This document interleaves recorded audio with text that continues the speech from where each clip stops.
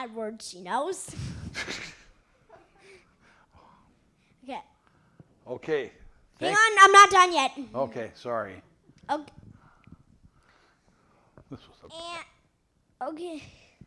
So, my fun words before Jeff takes the microphone are read his books, Figure 8, Spider Lake, Bow Cutter, and the new one, Musky Run. In other words, if you want a book with a ton of violence and a guy who rides on a trapeze with a machine gun in each hand shooting up the town who says swears, don't read Jeff's books. Anyways. And finally, the man you've been waiting for, Jeff Nania. Go.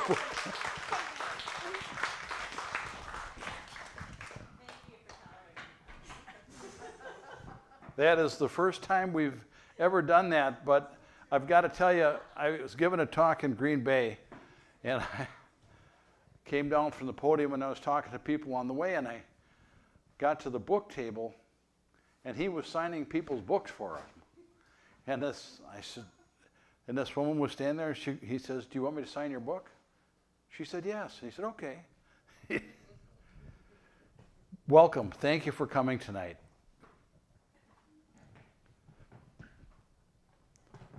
I just want to share a couple of pages with you. It's just an appropriate thing to do this time of year. Namakagon County was 1,350 square miles of mostly forests, lakes, rivers, and streams. A stunning landscape with a population of 16,000 citizens. Musky Falls was the largest city and the county seat.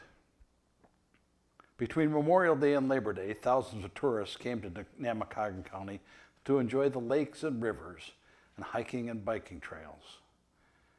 This time of year, however, had more of a local flavor. It didn't mean there were no tourists. The contrary was true. The North Country is truly a spectacular sight in fall.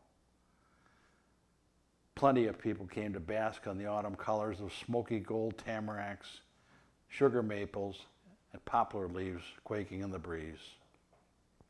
Hiking boots, checkerboard flannels, and sweaters replaced shorts, t-shirts, and sandals. The hustle and the bustle of summer was replaced by a slower, seemingly more observant pace. Days grew shorter, and an early snow could come at any time. Fall triggered the hunter-gatherer spirit of most everyone in the North Country. It was time to make sure there was enough wood on the woodpile to get you through spring. Canning jars of blueberries and other wild fruit were counted. Everybody prepared their hunting gear. While camouflage was worn year-round here, this time of year it was more abundant. Hunters were responsible citizens, but come fall, an inordinate number of sick days were used, and the pews on Sundays had a little extra room. School absenteeism was more commonplace than accepted. Anglers anxiously took advantage of the mild fall weather and applied the waters of the northern lakes for fall fattened muskies and walleyes. Hunting seasons for ruffed grouse, bear, deer, and waterfowl had opened or would soon. Most conversations at the Moose Cafe and Crosswade's Coffer centered on the upcoming or ongoing hunting seasons. There was an entire group of citizens who became more visible in the fall. It seemed that everyone in Namakagon County owned a dog or two, and I wouldn't be surprised if the canine citizens outnumbered the human ones. Hound dogs stuck their heads out of the openings of dog boxes in the back of pickup trucks. They were anxious and ready to travel the backcountry with the handler, sorting out thousands of scents, looking for the one they lived for, the smell of a bear, announcing success with hound dog howls. The northern lakes and rivers were also a destination for waterfowl hunters. Wild rice, flowages, big water, and shallow wetlands host thousands of ducks and geese during the fall migration. Water dogs, mostly labs and Chesapeakes, were the choice of waterfowlers. These dogs were unfazed by the cold weather, and they lived to retrieve ducks and geese knocked down by their hunter. Bird dogs rode in the back seats or portable kennels. Pointers and close-working flushers were ready to go in search of ruffed grouse and woodcock. Bird populations were high, some say the best in over a decade. With all the thousands of acres of land open to the public, even the most determined hunter could not hunt it all in a lifetime. One of my goals in writing these books has been to go on each page with you. We share this. When you're reading this book, you're not just reading my book. I hope we're sharing our lives.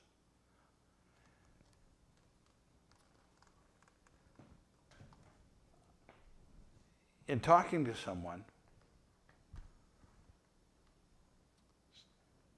before this book was written, I got interested in something. Words. I mean, I know, you're saying, hey dummy, you're a writer. But I mean, words. So I wrote feature stories, and before this, not really a career, but I did it. And I met some wonderful people. But in a feature story, you've got 1,100 or 1,200 or 1,500 words. And how do you tell somebody's story? So let me just tell you about this guy. The editor of the Wisconsin Outdoor News got a note, a handwritten note, that said, I was just thinking about how it was that I was walking through the woods with my gun after returning from World War II and no one was shooting at me. He said it was a wonderful feeling. It was a homestead farm, 5 generations. So I tracked this guy down. He answers his phone and says, I said, I'd like to come and talk to you. I'd like to interview you. He goes, yeah, okay. That might be all right. He said, but you better hurry. He said, I'm 96 years old, going on 97. You can't tell what's going to happen tomorrow. So I went to see this guy. And I realized right then that some stories can't be told in 1,500 words.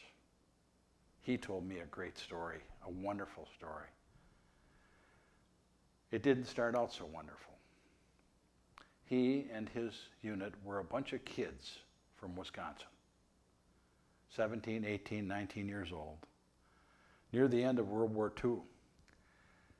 And you know what their job was? To empty the concentration camps. He said we first got there and we couldn't imagine what was right in front of us. And once they were in saving people who were still breathing, they were attacked. And this guy, John, was wounded badly. Well, eventually he was transferred to a hospital in Michigan. And he told the story like this. He said, I was laying in my hospital bed, just feeling better, getting a little recovered. And I looked up and I saw an angel. Now, I was in law enforcement for a long time, and I've heard all sorts of near-death experiences and things like that, and I sure don't discount them.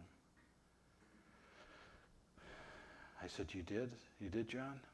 Yeah. Yeah, he says, and you know what? I said, no, what?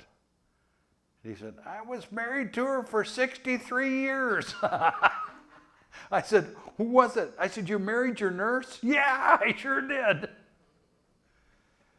But he taught me a lesson about words. And I want to share something. It's this, so, And if you just don't like what I'm sharing, it won't take too long. But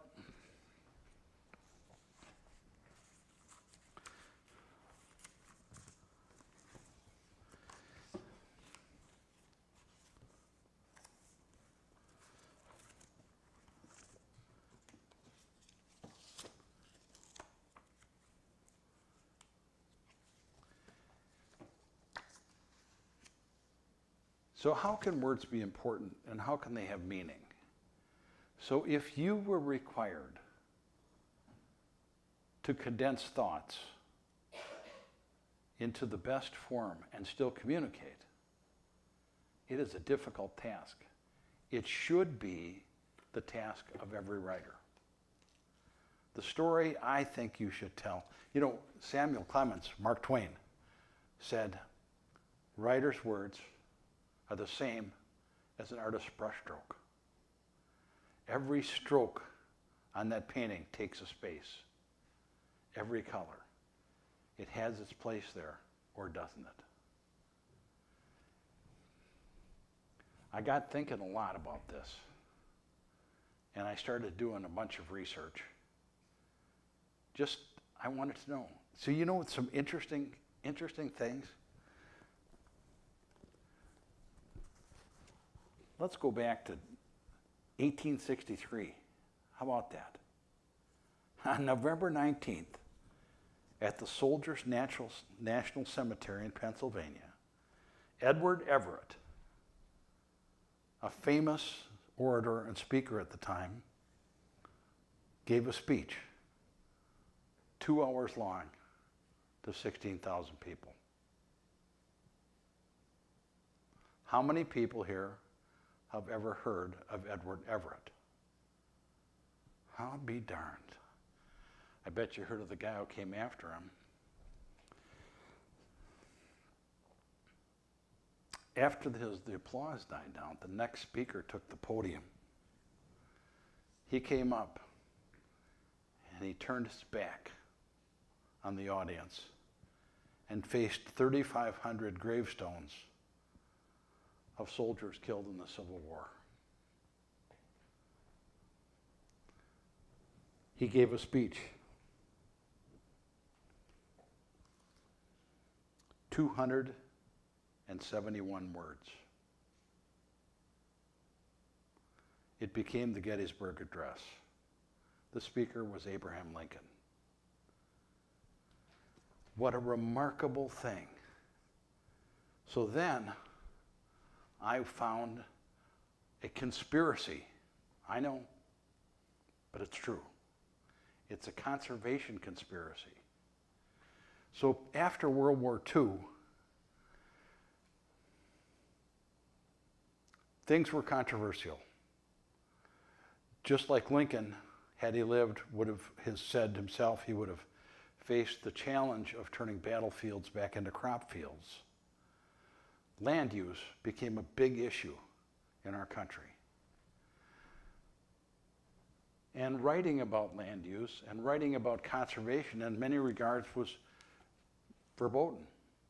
People didn't want to hear it. But this is propaganda. This is a pamphlet that was published by the Wisconsin Conservation Department, which was before the Wisconsin DNR, called A History of Wisconsin Deer. How could this be controversial? I mean, we argue back and forth about deer, but how could this be controversial? Well, the writers of this book were not just anybody. I spent a long time in conservation, and I worked in the field all the time. Not interested in being in the office.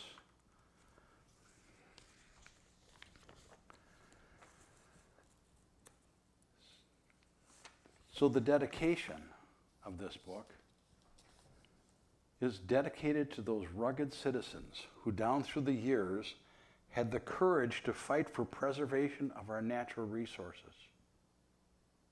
22 words. Later on, hidden in the text, it says, first teach a child the value of work, not regimented play. Teach him that a sunset over a verdant countryside has more intrinsic value than the most costly painting. Teach him that bread comes from the soil, not from the store. But the back is what caused all the controversy. The back of this color publication, which at that time was unheard of. And it says, democracy is safest in the hands of a people who love and conserve their out of doors. So this, for the back part of this, was written by a guy you may have heard of. His name was Aldo Leopold. Ernest Swift wrote part of it, and G.A. Rauh wrote the other part. The greatest conservationists felt it was important enough to get this message out. It's funny that Ernie Swift commented back when this came out. He said, well, I knew it was going to be controversial because basically he said there's going to be a bunch of legislators sitting on their pants in downtown Madison not doing anything while the world goes on. But they'll find bigger words to describe it. I hope that I can learn to write like that. I hope that I can figure out a way to say so much with so little. Now, I don't want the books to be 9 pages, so I've got to do something about that. You know, when I first wrote this book, the first book I wrote was a book called Figure 8. I didn't even know I was going to write the book, to be honest with you. My family, when I was a kid, no, actually it was before I was born, when my oldest brother was a kid, my dad and a friend of his were grouse hunting in northern Wisconsin. They had looking for a place to stay that night, and they stopped at an old gas station. The guy says, there's a work camp down the road. The guy is turning it into a resort. Go there and you can stay there, and he'll probably feed you breakfast in the morning. So that's what my dad and this guy did. They went down there and stayed at a cabin, and they got up the next morning, and here was this absolutely stunning lake. I mean, there's nothing, nowhere has lakes like northern Wisconsin. And this beautiful lake. And my dad said, well, I have a son.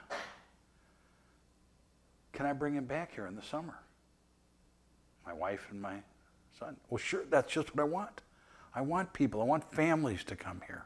I want them to enjoy all this. That started a tradition in our family that has lasted 77 years. So we all have cabins there. I have a brother next door to me, another brother next door to me. My mom had 5 boys. Yeah, I know. She used to take tranquilizers by the handful. Although I've got to say, in my own defense, my brothers were pretty rowdy. I was a great kid, and I can prove it. She said to me, I hope that someday when you have children, you have a child like you. I thought, well, that's pretty good.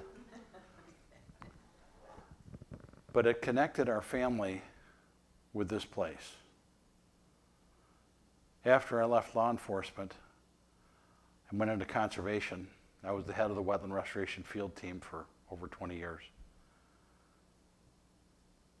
It allowed me the chance to change our landscape for the better, to put these projects back on the ground in a way that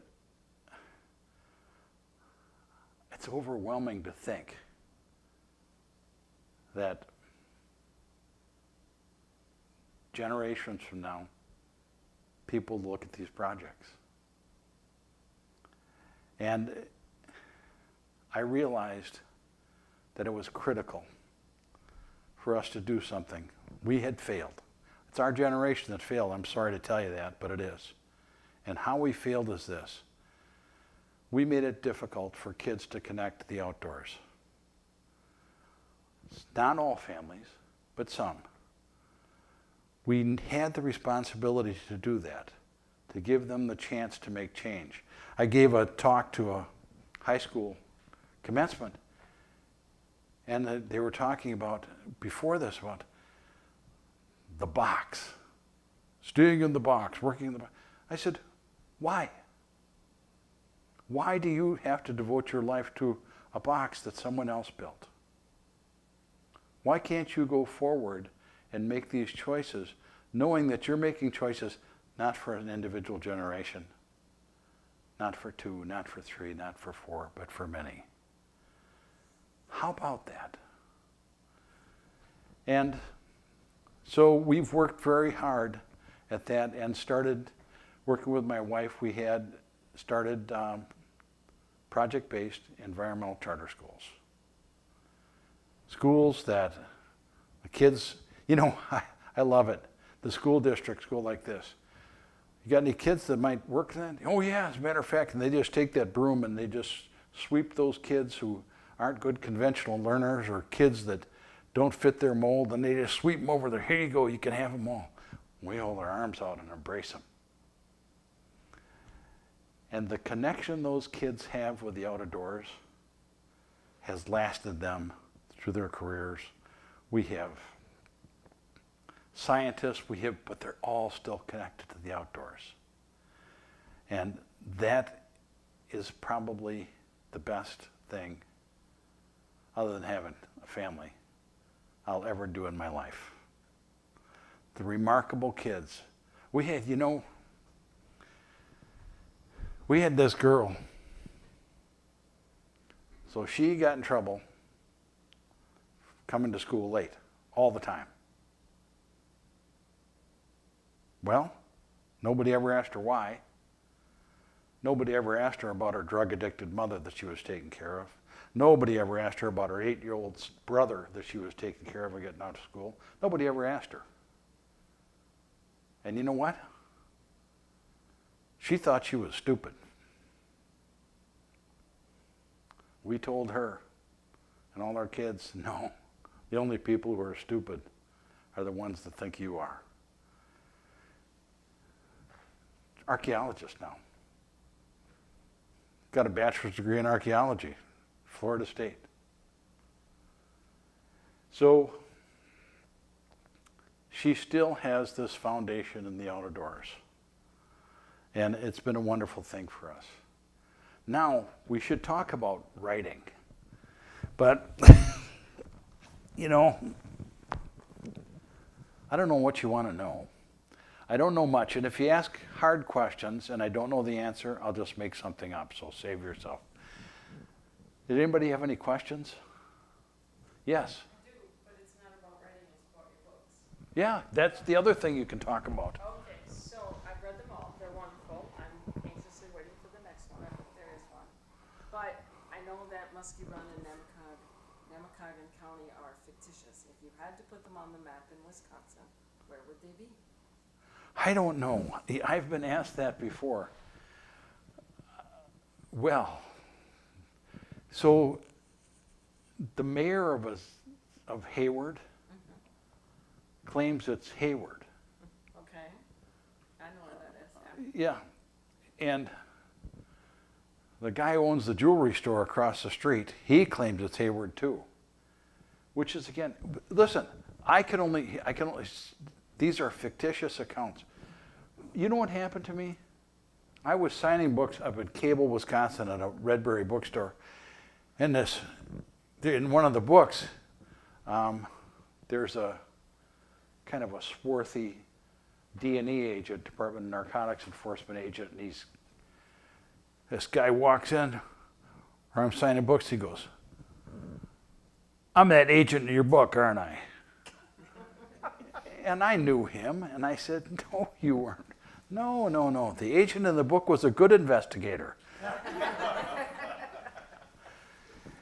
So, Nemacolin County and Muskie Falls are a place where you and I can sit down outside and have a cup of coffee and feel the fall air, where people still say hello to you and they wave when they drive by you, that's where it is.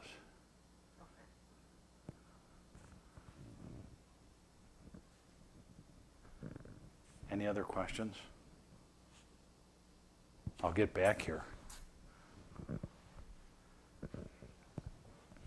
So as far as another book goes, the truth is that the first book, so I told you about our family get-together where we go up, we get this together on this lake. We still do that, by the way. We all get there and fish muskies and have a great time. We just have a great time. And every year I would buy a case of mystery books from a local author, and I'd hand them out to everybody, all the kids, and we'd read them together. We wouldn't sit together and read them, but I'd say, what chapter are you on? So that author did not write a book, and I wrote Figure Eight.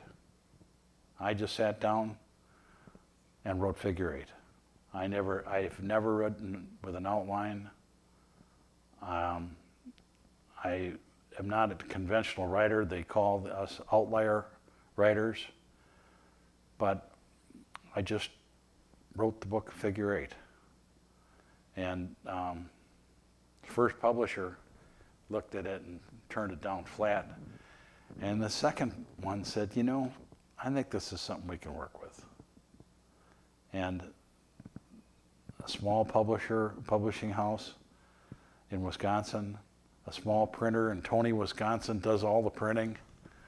And it became a book. So as far as the next book goes, I can't honestly tell you. I was swimming across the lake, and I had a pretty good thought about it. But you just never know. In Musky Run, we talk a lot about, and this won't spoil the book for anyone, we talk a lot about the relationship between people and wildlife. We seem to have this ongoing battle about who is in charge. And Aldo Leopold and those guys have long stated, and we know that there's a balance. We have to find a balance. We have to find a way for everybody to live together, because the alternative doesn't work. You know, I mean, a guy was talking to me about the wolf issue in northern Wisconsin. I mean, you can't look in the newspaper without seeing something about wolves. You know, as smart as those wolves are, they could never envision that their fate is in a courtroom. They could never understand of a judge in a robe or lawyers talking about their future. And I think that we can do better than that. I think as citizens, as people who love the outdoors, we can find better solutions. We can find better balance. But we have to work together.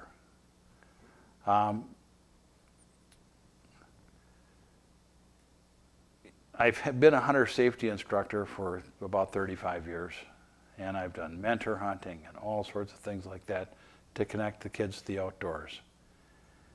And I was so disappointed when I got an email yesterday, or the day before yesterday, that asked for volunteer hunter safety instructors. They don't have enough instructors to teach the classes. And the classes clearly have led to safer hunting, and not necessarily even hunting. I've lots of classes people take just to take it, and just to connect. But I was very disappointed that the Department of Natural Resources had ended up at this spot. So I was asked by a publication to consider writing something about a solution.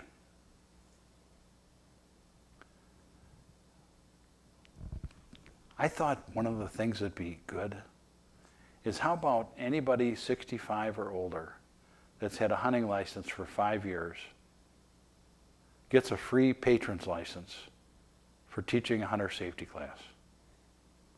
All of a sudden, we're engaging these people who have got tons of knowledge and are more than willing to share it. And let's make it easy. How about the schools? In our schools, hunter safety, in our Hayward School in particular, hunter safety is part of the curriculum, but we can't count it as a science curriculum. It's science. Why not? Why don't we think about that? And we hope that some of these are going to be solutions, but our bottom line is this. The only thing we can do is we have to make this connection with our kids. We have to do what we can do and let them understand they're empowered. They're the generation that's going to do things. Well, I want to thank you very much for coming here tonight. I'd still answer any questions. And I want you to do me one favor. If you get the chance, just take a kid outdoors. Take him for a walk. Take him to pick acorns up, see how far they can throw them. Take him to a dock and bait a hook for bluegills. Whatever you can do, but just take him outside. You know what? It's as contagious as COVID. So thank you very much. I appreciate you coming tonight. Yes? What are some authors that you enjoy, or you said you bought cases of books? I am an avid reader. My favorite book is Rascal by Sterling North. Sterling North wrote this book in southern Wisconsin, Albion, Wisconsin, Edgerton area, and it's about life during World War I in this little country town. And it's supposed to be about a kid with a pet raccoon. But really what it's about is life. It is so well written. Sterling North, the author, won tons of awards for the book. And, you know, I really like that one. But I like all books. I don't like painful books. And I also am not interested, just like my son said, if you want a guy who's going to swing through the trees in downtown with machine guns, don't read my books. If you want somebody who every second word in the text is an obscenity, don't read my books. If you want graphic violence, if you want to be scared to death, don't read my books. If you want a story, you know John Cabrelli, he's a friend of mine. I don't even know the guy, but he's become a friend of mine. You know, when in Figure 8, when he's patrolling the beat, I was there. I was on the same street. And it's kind of a remarkable thing. I'm sure that if some psychiatrist got a hold of me and said, so you have this fictional friend? I would say he is fictional, and as a matter of fact, I indicated at the beginning of every book. But it's fun. Any other questions? Yes. So I got introduced to your books because the library here was having a book club that your book was featured in. I didn't make it to the book club, but I started reading the books, and they're great books. I love the characters and the character development. I just wanted to say that they're. One of the things that I kind of agree with you. I like pretty much all books, and it's always kind of eye-opening to be introduced to books that you wouldn't normally gravitate towards. I mean, I'm not a hunter. law enforcement is out of my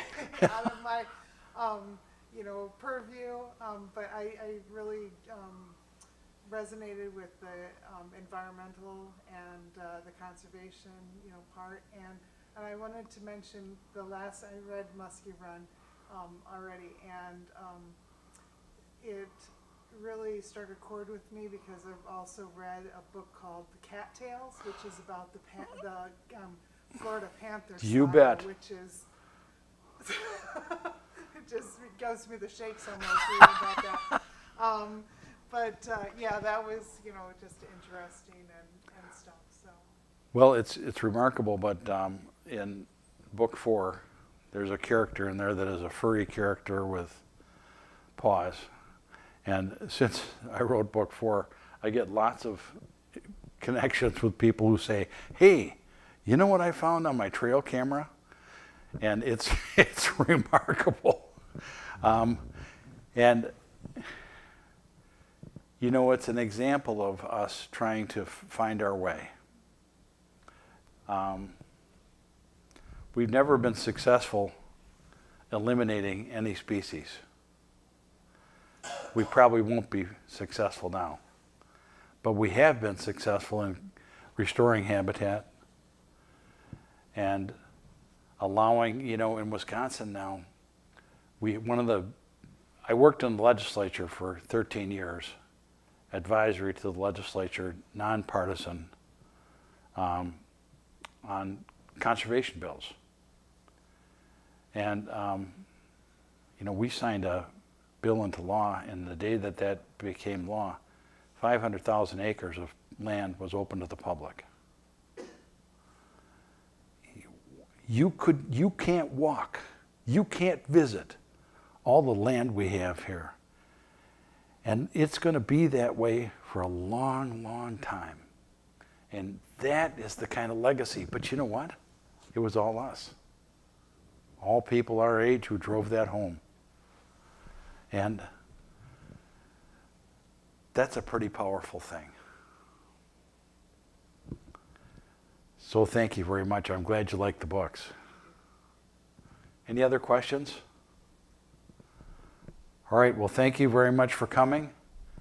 I'll be around. And if you don't want me to sign your books, J. John will sign them for you. Thank you very much.